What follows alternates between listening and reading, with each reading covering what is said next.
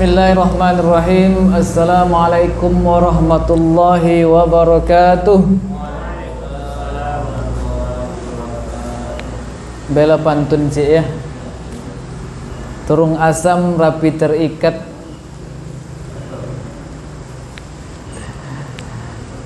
Untuk dijadikan gulai terasi. Karena salam disambut kurang semangat, kita ulangi sekali lagi. Assalamualaikum warahmatullahi wabarakatuh. Waalaikumsalam warahmatullahi wabarakatuh. Hamdan wa syukran lillah, salatan wa salaman ala rasulillah. Allahumma salli ala Muhammad wa ala ali Muhammad. Wa qala Allah ta'ala fil Qur'anil Karim, a'udzu billahi minasy syaithanir rajim. Wa qalu laula unzila alaihi ayatun min rabbih. Qul innamal ayatu 'indallahi wa innama ana nadhirum mubin. Awalam yakfihim anna anzalna 'alaikal kitaba yutla 'alaihim. Inna fi dzalika la rahmatan wa dzikra liqaumin yu'minun. Wa qala Rasulullah sallallahu alaihi wasallam, innal ladzi laisa fi jawfihi syai'un minal Qur'an kal baitil kharib. Bapak dan Ibu yang dimuliakan Allah Subhanahu wa taala, pada maghrib yang berbahagia ini kembali kita bersyukur kepada Zat yang telah menciptakan alam semesta ini, dan Dia Maha Pencipta satu-satunya, tiada yang bisa menandingi Dia dalam hal penciptaan tersebut. Barangkali apa yang nampak oleh mata kita sesungguhnya itu bukanlah batasan penciptaan Allah Subhanahu wa taala. Ada ciptaan-ciptaan Allah Subhanahu wa taala yang tidak bisa terjangkau oleh panca indera kita. Makhluk Allah itu bukan saja yang berjism ataupun yang memiliki fisik, tetapi juga ada makhluk Allah yang tidak memiliki fisik ataupun makhluk gaib. Dan jumlah mereka itu tidak tahu persis kita berapa banyaknya, dan besar mereka pun tidak tahu kita seperti apa. Yang jelas kalau kita merujuk dalam sebuah hadis, di antara malaikat yang Allah ciptakan ada malaikat Jibril, dan dia adalah penghulu para malaikat. Dalam riwayat dikatakan beliau ini memiliki 600 sayap. Berapa Pak Bu? 600 sayap.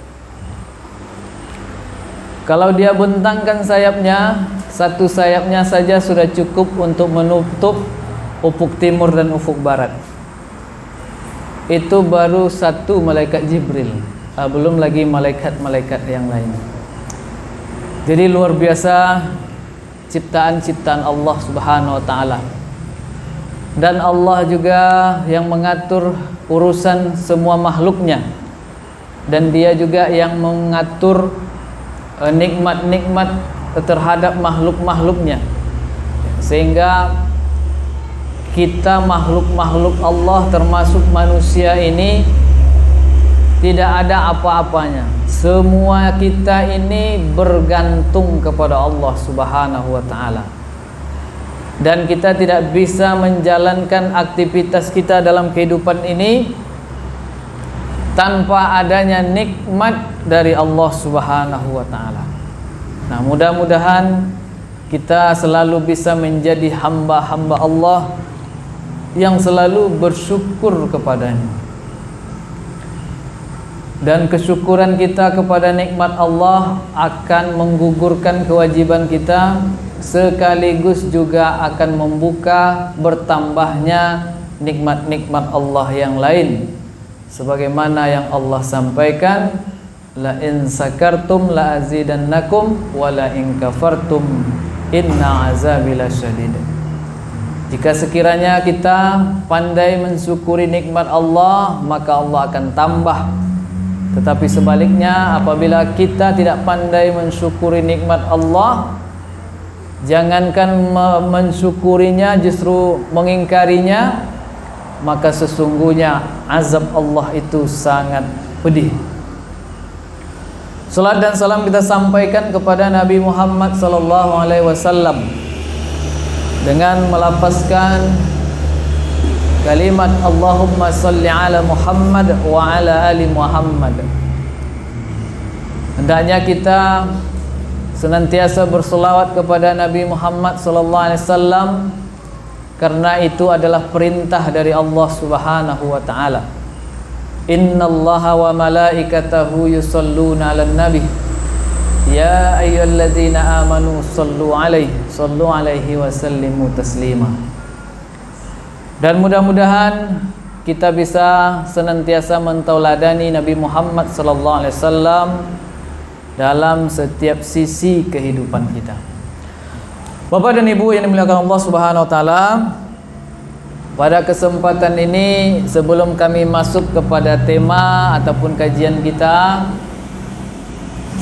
kami menginformasikan atau sekedar mengulangi informasi dari pihak yayasan bahwa untuk jadwal wirid kita terjadi pergeseran malamnya, dan ini permintaan sebahagian besar dari bapak-bapak dan ibu-ibu kita, yang awalnya kemarin Sabtu malam digeser ke Ahad malam. Dan memang kalau kita lihat dari sisi waktunya, memang sepertinya lebih kondusif untuk Ahad malam, karena kadang uang di ujung Sabtu malam tuh banyak kegiatan, Bu, ya. Kegiatan dalam arti entah liburan, entah silaturahim dan lain sebagainya. Maka mohon maaf atas ketidaknyamanan ini, dan ini juga bahagian dari musyawarah kita dengan bapak-bapak dan ibu-ibu yang ada ataupun yang ada di sekitar kita. Nah, mudah-mudahan insyaallah ke depan waktu ini akan kita tetapkan, ya, dan insyaallah tidak akan ada perubahan lagi, yaitu Ahad malam. Dan silakan nanti diinformasikan kepada keluarga-keluarga kita di sekitar sini ataupun saudara-saudara kita yang ada. Dan insyaallah nanti juga mudah-mudahan nanti jamaah kita bisa terus kita tingkatkan. Bapak dan Ibu yang dimuliakan Allah Subhanahu wa taala, tema yang akan kita bahas pada malam hari ini adalah membangun generasi Qur'ani. Membangun, membina ataupun mencetak dan lain sebagainya. Barangkali tergambar kita maksud dan tujuannya seperti apa. Kemudian generasi. Apa itu generasi? Generasi adalah orang yang hidup satu angkatan ataupun satu waktu. Nah, bisa jadi yang kita maksudkan generasi zaman sekarang, dan mudah-mudahan juga nanti zaman yang akan datang. Tentunya kalau zaman yang akan datang itu kewajiban orang yang datang kemudian. Kalau kewajiban kita adalah generasi yang sekarang, membangun generasi yang Qur'ani. Qur'ani itu maksudnya adalah generasi-generasi masyarakat secara kolektif yang menjadikan Al-Quran sebagai pedoman di dalam kehidupan. Bapak dan Ibu yang dimuliakan Allah Subhanahu wa taala, lalu muncul pertanyaan, mengapa harus Al-Quran? Ya, mengapa harus Al-Quran? Ada yang bisa menjawab pertanyaan itu? Mengapa generasi yang Qur'ani? Kita harus bisa menjawabnya dengan tegas, ya. Karena kita yakin Al-Quran itulah pedoman dan petunjuk bagi kita di dalam kehidupan ini yang datangnya dari Allah Subhanahu wa taala. Makanya Allah katakan dalam surat Al-Baqarah misalnya, zalikal kitabu la raiba fihi hudal lil muttaqin, bahwa Al-Qur'an itu petunjuk bagi orang-orang yang bertakwa. Bapak dan Ibu ini dimuliakan Allah Subhanahu wa taala, agar nanti, karena kajian ini sifatnya pengantar, insyaallah nanti lebih bertahap secara spesifik kita sampaikan dalam tema-tema berikutnya. Ya.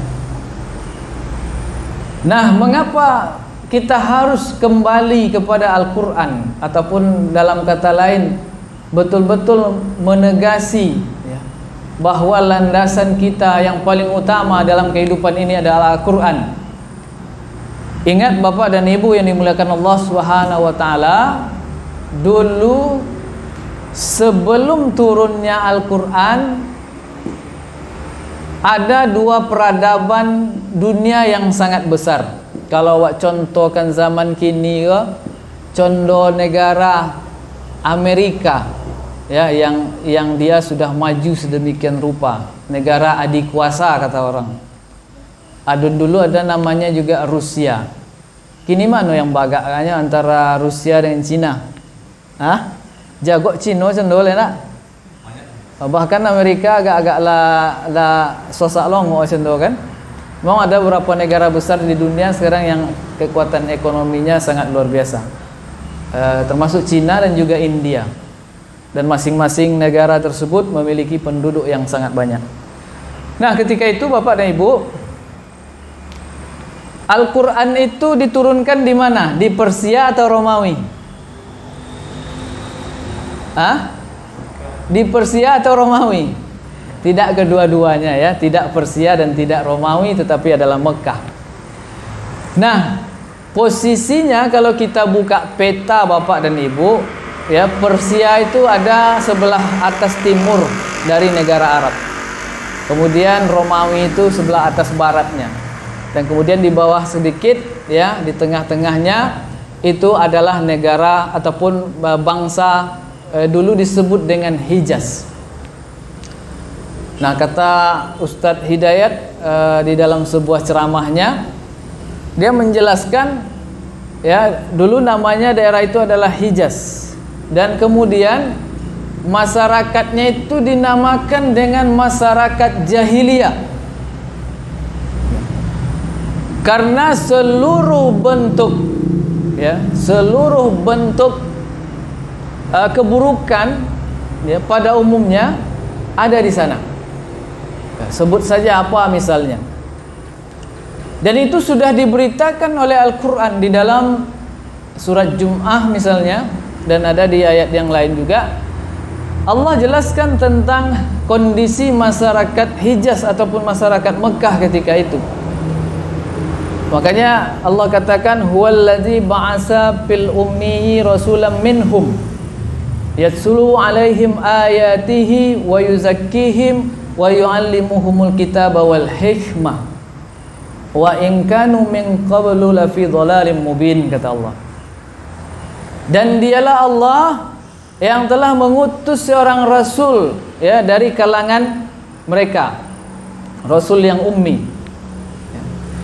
Yang rasul itu membacakan ayat-ayat Allah Subhanahu wa taala, dan kemudian juga mengajarkan dan membersihkan jiwa-jiwa mereka, dan juga mengajarkan hikmah, ataupun ada yang mengatakan sunnah ya. Dan sebelumnya kata Allah Subhanahu wa taala, mereka itu adalah orang-orang yang tersesat hidupnya, orang-orang yang hidup dalam kesesatan yang nyata, kata Allah. Jadi kondisinya sangat memprihatinkan ketika itu. Di satu sisi ada negara Persia yang dengan kemajuannya, dan juga Romawi dengan kemajuannya, tetapi negeri Arab ketika itu tidak diperhitungkan. Ya. Dan bahkan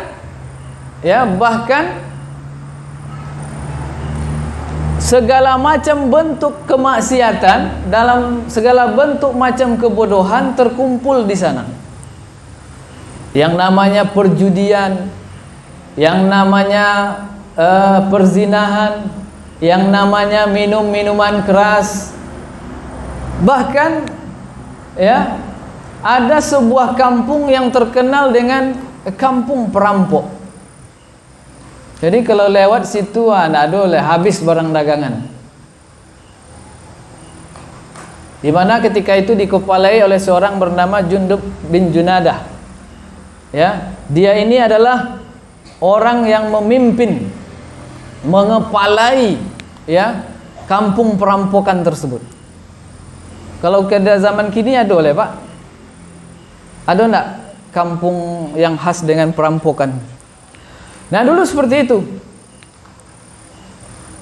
Makanya tidak ada, bahkan juga termasuk di sana yang namanya pembunuhan, termasuk di sana yang namanya apalagi pembunuhan dan peperangan. Peperangan itu hampir terjadi setiap bulan antara satu kabilah, antara satu suku dengan suku yang lain. Contoh itu tiap masyarakat ketika itu Bapak dan Ibu yang dimuliakan Allah Subhanahu wa taala. Ndak tabayang lewat, walaupun ada ceto-ceto itu kan. Tapi kan awak ndak masuk dalam realitas yang sesungguhnya. Tetapi kalau dari yang kita simak dan kita dengar itu lalu kita sampaikan barusan itu, begitulah kondisinya. Sangat tidak layak disebut sebagai seorang manusia ataupun kumpulan masyarakat manusia. Inilah kondisinya Bapak dan Ibu yang dimuliakan Allah Subhanahu wa taala, dan itu bukanlah sesuatu yang fiktif. Dan itu bukanlah sesuatu yang tidak ada, yang dikarang-karang seperti di negeri dongeng, tidak. Tetapi dia nyata adanya. Nah, kaum muslimin, kaum muslimat yang dimuliakan Allah Subhanahu wa taala, sampai akhirnya Allah mengutus seorang rasul. Ya.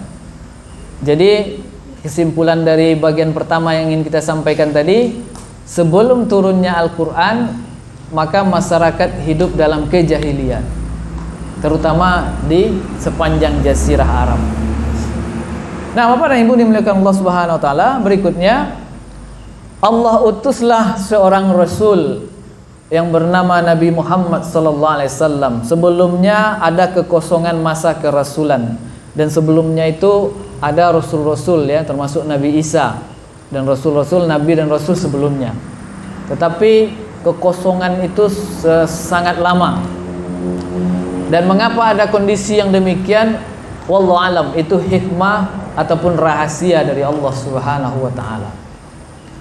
Diutus Nabi Muhammad sebagai seorang rasul pada usia 40 tahun. Dan sebelum diangkat menjadi rasul itu 40 tahun ke bawah, Nabi Muhammad itu bergaul dengan manusia sebagaimana biasanya, berinteraksi, dan Nabi Muhammad itu terkenal dengan orang yang baik, terkenal dengan orang yang jujur, terkenal dengan orang yang santun, suka menolong dan lain sebagainya. Pokoknya sebelum diangkat menjadi rasul dan sebelum membawa Islam, orang-orang Arab itu sangat percaya kepada Nabi Muhammad SAW. Namun cerita berubah setelah Nabi diangkat menjadi rasul dan disampaikan wahyu kepadanya. Nah, Bapak dan Ibu yang dimuliakan Allah Subhanahu wa taala, lalu bagaimana ya? Bagaimana masyarakat Arab ketika itu? Kita hubungan kajian kita kan terkait dengan Al-Qur'an. Ya. Bagaimana sikap masyarakat Arab ketika itu, ketika turunnya Al-Qur'an? Ya. Awalnya kan Al-Qur'an itu turun secara sembunyi-sembunyi. Dimulai dari surat Al-Alaq di Gua Hira, Iqra bismi rabbikal ladzi khalaq, itu ayat yang turun, sampai nanti secara terang-terangan fasda bima tu'mar wa a'rid 'anil musyrikin, kata Allah. sampaikan apa yang telah sebagaimana yang telah kami perintahkan, kata Allah Subhanahu wa taala, dan jangan engkau pedulikan orang-orang kaum kafir musyrik yang ada di sekitar yang ada di Mekah ketika itu.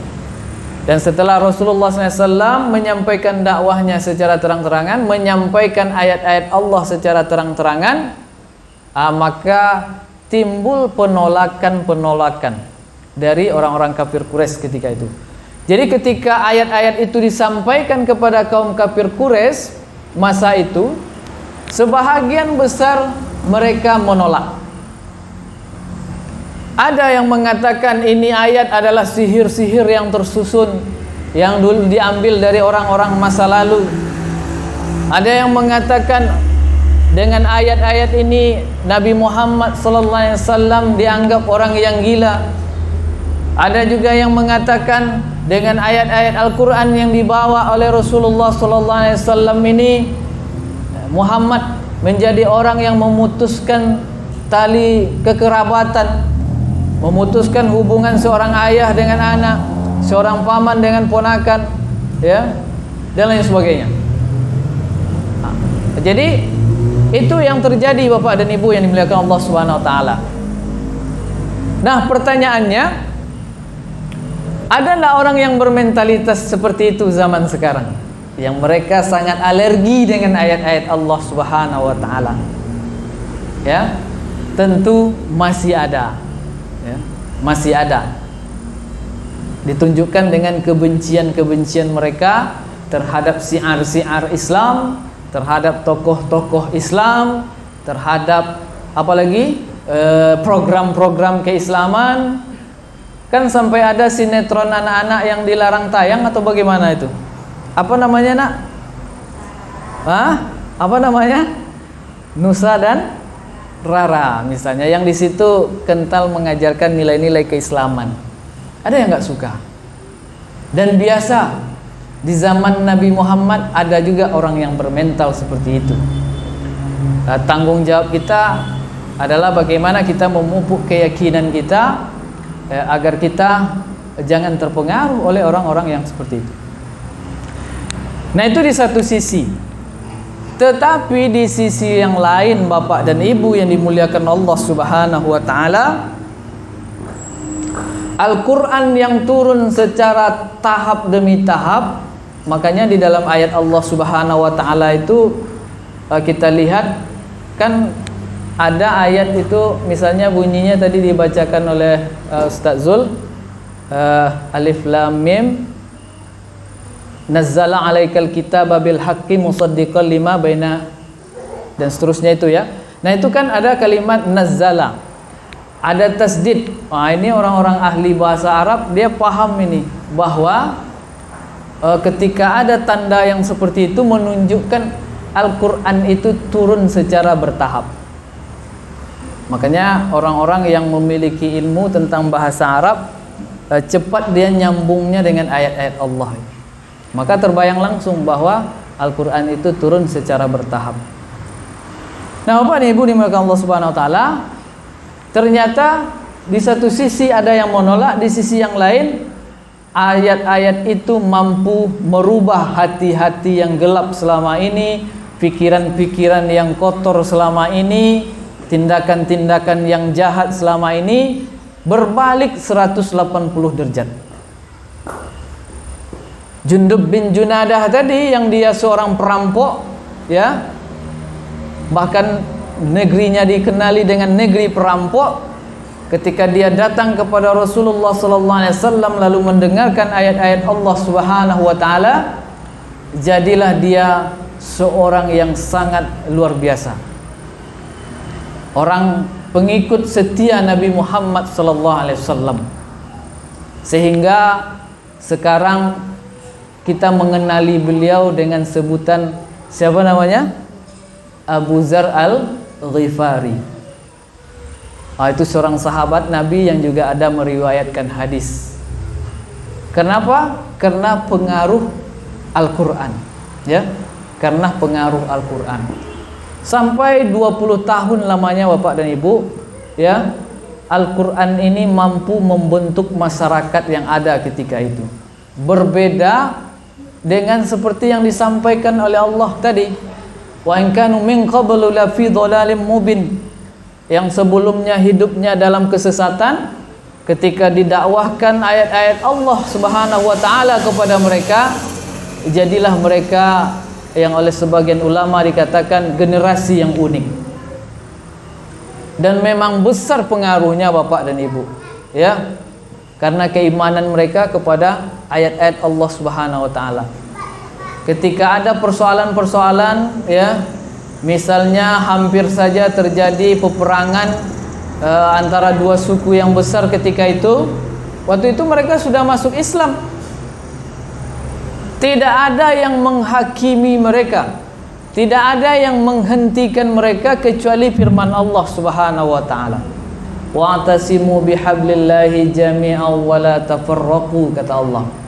Berpegang teguhlah kalian pada tali agama Allah dan jangan kalian bercerai-berai. Berhenti langsung. Padahal sudah siap mencabut senjatanya masing-masing, sudah siap untuk menumpahkan darah. Tapi ketika ayat ini turun, mereka nangis, ya, mereka menangis terisak-isak. Ini bukti bahwa Al-Quran mampu merubah kehidupan mereka ketika itu. Nah, Bapak dan Ibu yang dimuliakan Allah Subhanahu wa taala, ya, kami juga ingin sampaikan bagaimana hebatnya Al-Quran berpengaruh kepada kepribadian masyarakat, baik secara individu maupun komunal ketika itu. Kemudian Al-Quran juga menjadi sumber ilmu pengetahuan pada masa-masa berikutnya. Maka Bapak dan Ibu, ya, orang-orang barat yang jujur, yang mereka ilmuwan itu mengakui bahwa tidak ada sebuah ilmu pengetahuan yang berkembang, yang maju ketika itu, kecuali akarnya adalah dari para ilmuwan-ilmuwan Islam. Dan ilmuwan-ilmuwan Islam tempo dulu itu Bapak dan Ibu, mereka itu adalah kebanyakan orang-orang yang hafal Al-Quran. Di samping mereka ahli kedokteran, ahli astronomi, ya, ahli fisika dan lain sebagainya, mereka itu adalah orang-orang yang hafal Al-Quran di usia-usia yang sangat dini, 8 tahun, 10 tahun dan lain sebagainya. Sehingga ada sebagian analisa yang mengatakan bahwa apabila wajar ketika itu ilmu pengetahuan berkembang, ya, karena mereka hafal dengan ayat-ayat Allah Subhanahu wa taala. Dan salah seorang dai kontemporer, Imam Tantawi, beliau mengatakan dalam sebuah bukunya bahwa ada 750 lebih ayat yang berbicara tentang sains dan teknologi di dalam Al-Quran.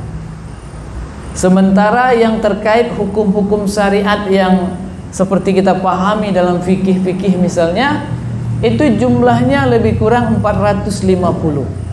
Jadi kesimpulan beliau, ayat yang berbicara tentang sains dan teknologi jauh lebih banyak di dalam Al-Quran. Sehingga jadilah mereka orang-orang yang melakukan penelitian demi penelitian, dan berkembanglah ilmu pengetahuan. Jadi janganlah tawa zaman kini kok, ya, bahwa ilmu-ilmu hebat itu dari mereka. Tidak. Itu sumbernya. Makanya yang jujur, orang yang jujur seperti yang kita kutip di awal tadi, dia mengatakan tidaklah ilmu pengetahuan yang berkembang itu sekarang ini kecuali akarnya adalah dari ilmuwan-ilmuwan muslim. Nah, itu kaum muslimin rahimakumullah. Jadi apa kesimpulannya? Semakin kita berinteraksi dengan Al-Quran itu bukan membuat kita semakin jauh dengan perkembangan ilmu pengetahuan, tetapi sebaliknya akan mendorong kita menjadi orang-orang yang menguasai ilmu pengetahuan lebih luas lagi. Berikutnya Bapak dan Ibu yang dimuliakan Allah Subhanahu wa taala, ya, di mana kehebatan Al-Quran itu? Termasuk di dalamnya Al-Quran itu bisa melindungi awak. Al-Quran itu bisa menjaga awak dan kampung awak. Ini ada seorang Perdana Menteri Inggris ketika itu dia hidup di tahun 1895. Dia mengatakan bagaimana kita akan bisa menguasai Jazirah Arab sementara di dada mereka itu ada Al-Quran. Dan ada juga orang-orang yang mendakwahkan agama mereka ke kampung-kampung yang di situ banyak para penghafal Al-Quran. Apa kata mereka? Bagaimana kami akan bisa menyampaikan, menyiarkan agama kita sementara di kampung itu mereka adalah orang-orang yang hafal dengan ayat-ayat Allah ataupun yang hafal dengan Al-Quran. Makanya ada strategi orang-orang yang ingin merusak generasi kita itu dengan cara menjauhkan mereka dari Al-Quran. Dari apa yang kami sampaikan sebagai pengantar ini Bapak dan Ibu, dapat kita ambil kesimpulan. Pertama, Al-Quran akan bisa menghalau segala macam bentuk kebodohan di tengah-tengah masyarakat. Kemudian yang kedua, Al-Quran akan melahirkan keunggulan-keunggulan di tengah masyarakat dan pengembangan ilmu pengetahuan yang lebih dahsyat. Kemudian yang ketiga, Al-Quran itu bisa menjaga, bisa menjaga kita, ataupun bisa menjaga kampung kita dari upaya-upaya orang-orang yang ingin melakukan pengrusakan. Dan secara khusus nanti kami akan sampaikan poin-poin yang lainnya. Nah, mari kita simak sebuah firman Allah Subhanahu wa taala di dalam Al-Qur'an. Tadi di mukaddimah kami bacakan, wa qalu laula unzila alaihi ayatum mir rabbih qul innamal ayatu 'indallahi wa innama ana nadhirun mubin awalam yakfihim anna anzalna 'alaikal kitaba yutla 'alaihim inna fi zalika la rahmatan wa dzikra liqaumin yu'minun.